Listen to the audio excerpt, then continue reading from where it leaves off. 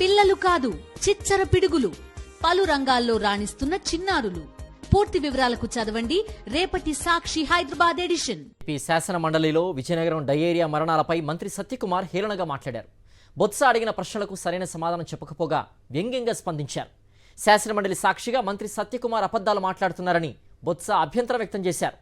మంత్రి సత్యకుమార్ వ్యాఖ్యలపై నిరసనగా మండలి నుంచి వైఎస్ఆర్సీపీ ఎమ్మెల్సీలు వాకౌట్ చేశారు.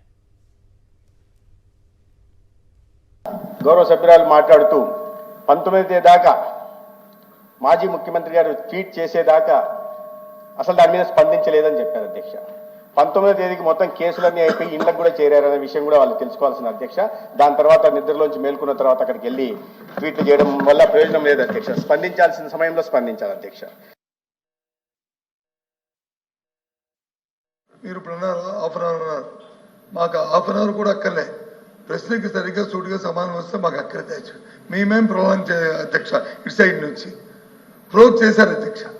ఏమంటుంది విషయాన్ని వాస్తవంగా అక్కడ ప్రాతినిధ్యం వహించాం కాబట్టి ఆ నియోజక పరిస్థితి తెలుసు కాబట్టి నిశ్చయించాం, అంతకంటే ఏం లేదు అధ్యక్ష.